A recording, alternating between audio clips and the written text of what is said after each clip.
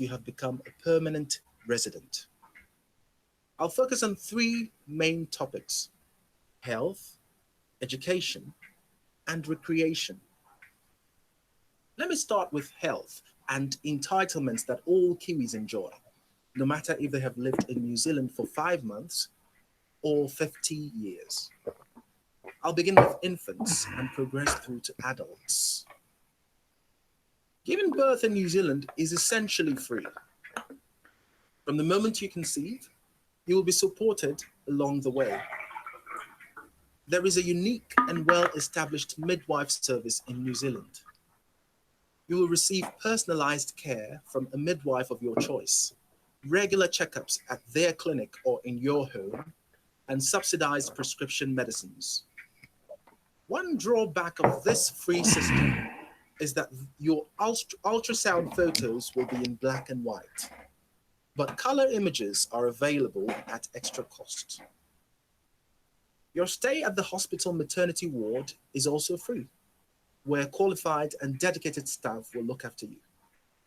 On top of that, you can join classes that focus on parenting, breastfeeding, preparing food, etc. For infants and children to the age of 13, GP doctor visits at your local clinic are free. If your little one has any kind of ailment, you can take them to the doctor for a checkup. If the problem is more serious, you'll be referred to a specialist at your local hospital, where again, treatment is free. Immunization of all infants and children is the goal of the health service, so vaccines are provided for free. There is a downside, however, as most local clinics are closed on weekends and after hours. As children grow, they often have an accident or two along the way. Another benefit of New Zealand is the A&E, Accident and Emergency, and ACC, Accident Compensation Commission systems. If your child breaks their leg while playing soccer, they will be treated quickly and professionally 24/7. At the A&E, patients are treated on a severity of injury basis, so you may be stuck in the waiting room for a while if someone else arrives with a more severe injury. The A&E is for all New Zealanders, whether they have health insurance or not. Tourists will also be treated for free, which is great if you have a family member visiting who has an accident. Everyone in New Zealand is covered by ACC's no-fault scheme if they're injured in an accident. This includes children, beneficiaries, and students. It doesn't matter if they're working, unemployed, or retired. It also includes visitors to New Zealand. Everyone in New Zealand who works or owns a business has to pay levies. So New Zealanders perhaps pay more tax than some other countries. But the ACC scheme ensures that you will be cared for in the event of an accident and won't be sued if you caused it. To sum up, you do have the option for private health care, but the majority of Kiwis are looked after and lead a healthy life without the need of health insurance. Next, we'll look at education. New Zealand children usually start primary school when they turn 5.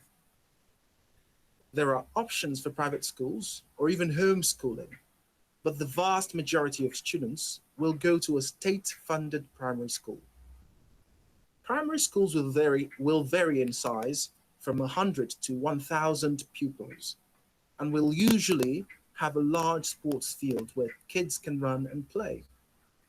Some schools will be zoned, meaning that you have to live within its geographical boundary for your child to have guaranteed acceptance to that particular school.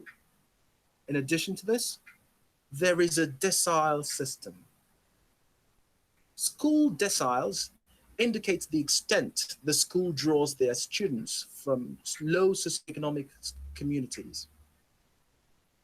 deciles are used to target funding for state and state integrated schools to help them overcome any barriers to learning that students from lower socioeconomic communities might face.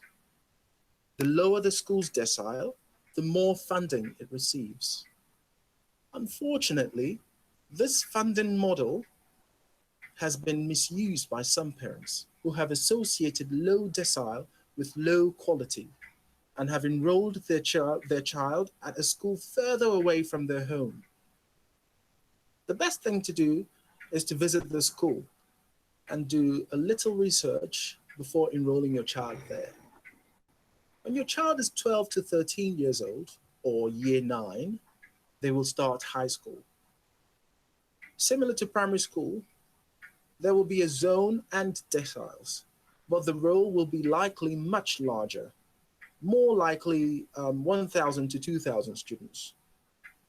New Zealand high schools have a school uniform, and this is likely the biggest expense for parents, as a summer and winter uniform, sports attire, shoes, and other items will likely exceed $1,000 each year. Education standards are high though, and before you know it, your child will be achieving their NCEA level 3 credits and be enrolling at university. New Zealand has 8 universities spread across the country, with some specializing in key subjects such as medicine. According to international rankings, Auckland University is rated the highest in New Zealand, although its rank has been dropping over the past few years. Recent changes by the government mean that the first year of tertiary study will be provided for free for your children. Let's move on to recreation. New Zealand is likely to be less densely populated than the place that you are emigrating from. Whether you are moving to Christchurch, the Garden City, or Auckland, the city of sails, your new hometown will likely have an abundance of trees, parks, walkways, reserves, beaches, and open spaces to enjoy. Most of these open spaces will be provided by the local council and paid for by residents through yearly rates. A benefit of New Zealand's honest and largely non-corrupt political system means that over generations, bylaws and council planning laws have been followed and green spaces have been maintained and not lost to development and short-term financial gain. Your kids will love being able to walk safely to the well-maintained local park to play sports, fly a kite, or walk the dog. The trade-off to having so much space is that you may have to drive to your local shops or convenience store, as it may be located more than 1 kilometer away from your home, which means that car ownership and the ability to drive is vital in New Zealand.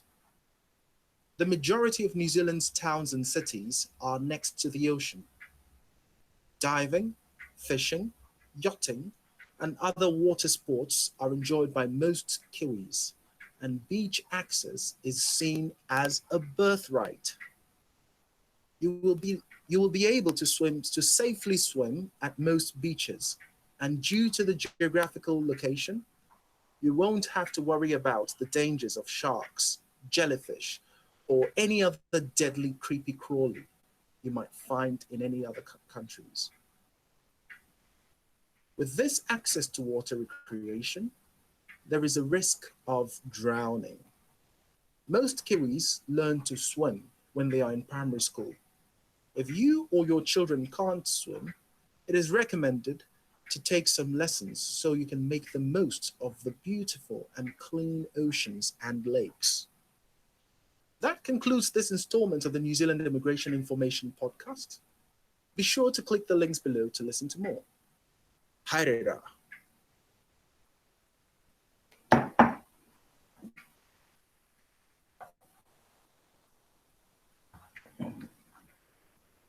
All right.